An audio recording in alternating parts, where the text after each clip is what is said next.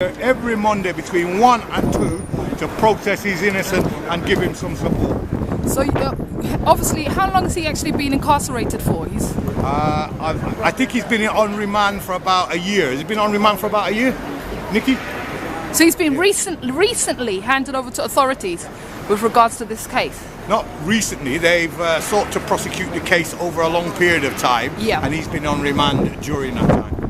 So have other people been accused and then released, and then what? Why is the case of the Broadwater Farm? People who've been prosecuted for Blake Clock stretches back from 1985 to the present date.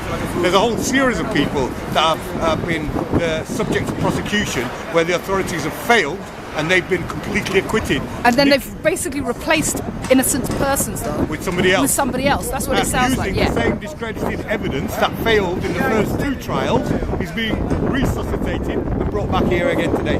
So it didn't work then, it won't work now. So this is just a major travesty of harassment of the black community, it almost sounds like. This is political vengeance by the Metropolitan Police seeking to make their point about the murder of PC Blakelock. Right? It's driven by malice. It's not driven by a search for the truth.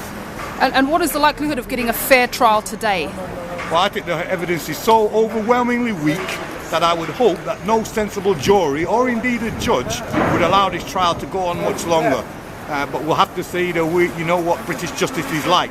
On plans for the worst and hopes for the best. So who exactly is guilty for allowing this exhaustive situation to drag on? Is it the CPS who have again allowed this same old evidence that has been thrown out of court before to be thrown back into court? The responsibility lies with the CPS and the Metropolitan Police Service. That's who's responsible. And the judges as well. What do you think? The judges put what's in front of them, so they can only judge what's brought to them.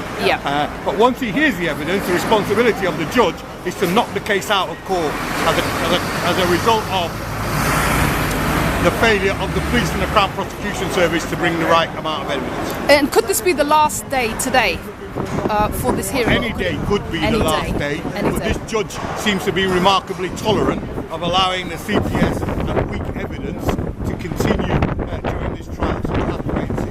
We do need people to come down here every Monday between 1 and 2. Is there a risk of him being found guilty, though, and incarcerated? He's in the Old Bailey. There's always a risk he could be found guilty for a crime he didn't do.